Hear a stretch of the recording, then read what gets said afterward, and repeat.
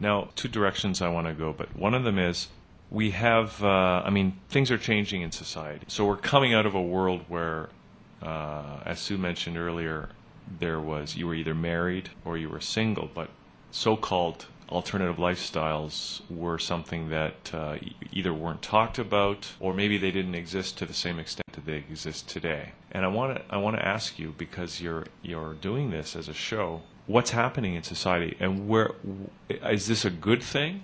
Yeah, like the breakdown of traditional institutions like marriage, and maybe what does this have to do with having your emotional needs met? I can answer that. I'm really glad you brought this up. The first answer, I should say, is identity. People struggle with their own self-identity. If everybody is expected to do the same thing, and there is a formula which everybody is brought up to follow, you grow up, you get married, I am either single, I am either married, I am either seeking a monogamous partner, or I am in a monogamous relationship, just like everybody else. I don't have to figure out who I am. I can just follow through a system, and through the labeling and the categorizing of that system, I can feel comfortable. What's happening now? Mm-hmm. The structure that were put in place, we find out don't apply to everyone. Yeah, like not everyone's straight. Some people are gay. Stay tuned, folks. Anything can happen. Frank Talks is sponsored in part by Everything Out of Her Mouth is a Test, a man's guide to the emotional needs of women. Ladies, do you want the man in your life to understand you on your level? Do you want your man to be able to listen to and address all of your emotional needs? Show him how much you really want your relationship to be the best it can be. Everything Out of Her Mouth is a Test makes the perfect gift. The book, written by a man, for men, is endorsed by every woman that reads it. This book is a guide for men to understand exactly what a woman means when she speaks. Is that worth changing your life forever? Buy this book at franktalks.com now.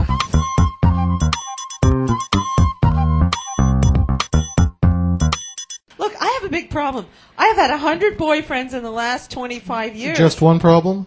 I can't seem to meet a guy that I can really open up to. I just use these guys for sex. Why I only go after men for sex, and why I don't get my emotional needs met for men. I think you already said that. Something about emotional damage at a young age. I think you covered that one already. That's when I said bingo. Do you remember? No. Bingo. Emotional damage. Quickly, I want the Frank version. You're getting exactly what it is you seek on the inside. I'm getting exactly what it is I seek. You don't strike me as the type of woman who wants her emotional needs met, because I think that would tap into something that probably is more than what you're ready to handle right now. I see. Okay, maybe that's right, yeah. My emotional needs for respect? Feeling respected is not an emotional need. What is it? It's an intellectual construct. It's something that is logical, but it's not necessarily an emotional need. Define an emotional need again. It's feeling special. An emotional need is defined as something that will make a woman feel special to a particular male of her attentions. Okay, to make her feel special. All right, and at the heart, so that's at the heart of every emotional need. There's about 10 different emotional needs that a woman, emotionally speaking, must be met. Okay. If a man can meet these 10 emotional needs, women will tend to not be unfaithful to him. Okay. And those include just... Number 1, will her reputation be protected? Okay. Number 2. Number 2, her need to feel safe, physically safe. Oh, safe. By him from other attackers. Okay. 3. Another emotional need would be her addressing her fear of abandonment. Abandonment. Okay. No woman wants to be abandoned. Okay. And again, it comes from that fear of pregnancy, where she might end up being pregnant and then being abandoned. Yeah. Our modern society now has it such where a woman who is a single mother can very well survive. And depending on her education, her employment opportunities, she can very well thrive. Yeah. However, we're not talking here about the last 50 to 100 years of evolution. We're talking here of the last 4,000 or 5,000 years of evolution that have conditioned women and men to respond to certain things. Okay, so fear of abandonment, her feeling safe, Okay, her reputation. She needs to feel an emotional range. That's one of the biggest mistakes that most men make. What's an emotional range? Here's the mistake most men make. They try to make a woman happy What they don't realize is that women are much more emotional than men. Women experience emotions differently than men. Whereas a guy would like to be happy generally most of the time, a woman needs to experience intense happiness as well as intense frustration, intense sorrow, intense joy, intense ecstasy, intense anger. She needs that emotional range. This is why a woman will tend to stay within a dysfunctional relationship, whereas most men will drop it once it becomes dysfunctional for them.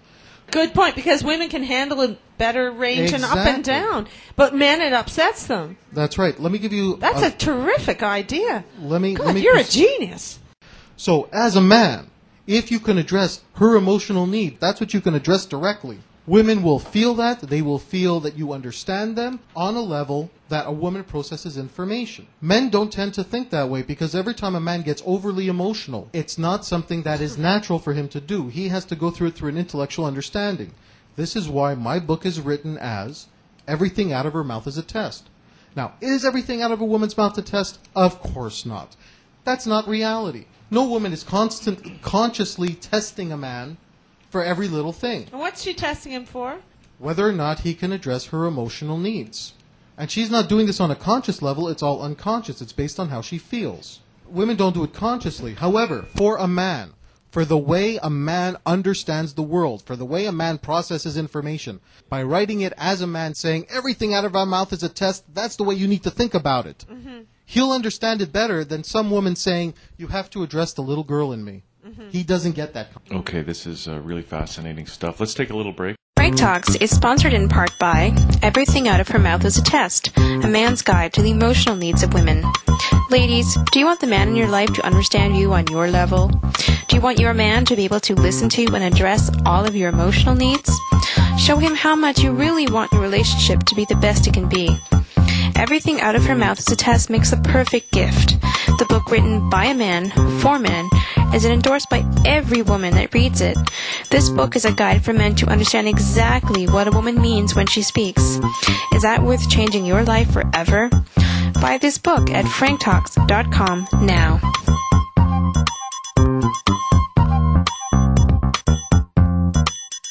Hi, we're back. We're back here with Frank. Because I have to be. Frank, because I have to be. That's right. That's why I couldn't remember it. I mean, no, I'm sorry. Frank, because you have to be. Correct. Frank, because you have to be. So I wanted to get back to the